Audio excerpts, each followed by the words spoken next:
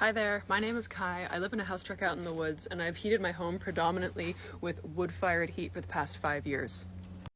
This is a kind of question I get pretty frequently, and that is, isn't burning wood unsustainable? They have this impression that burning wood is not green. I find this argument to be so hilarious because people say, well, why don't you just use electricity for heat? Electricity comes from somewhere, and if you get electricity from most places in the continental United States, it's from burning coal. The only places where electricity is even vaguely clean is in places that use hydropower, and even those places have to flood mountains and valleys and destroy farmland and flood indigenous areas and stuff like that. So arguably that's not that green either.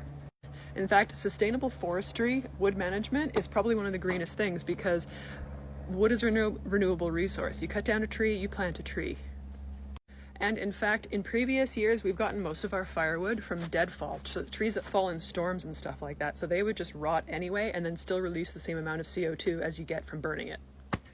However, the past couple of years, we've actually purchased wood from an indigenous friend of ours that just lives down the road, and he has a wood lot and he cuts up firewood as part of his business.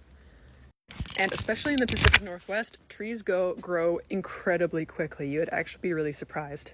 In fact, I'm going to take you to go see a deadfall tree that's going to get chopped up for firewood. So this big old rotten spruce has been on this property for years now, and it was at risk of falling and wiping out our house.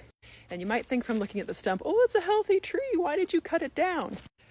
But here at the top, you can see where it fell. It just exploded when it hit the ground. So this whole upper bit is completely rotten, which is evidenced by all of the fungus that was growing on it. Fungus like this doesn't grow on healthy trees.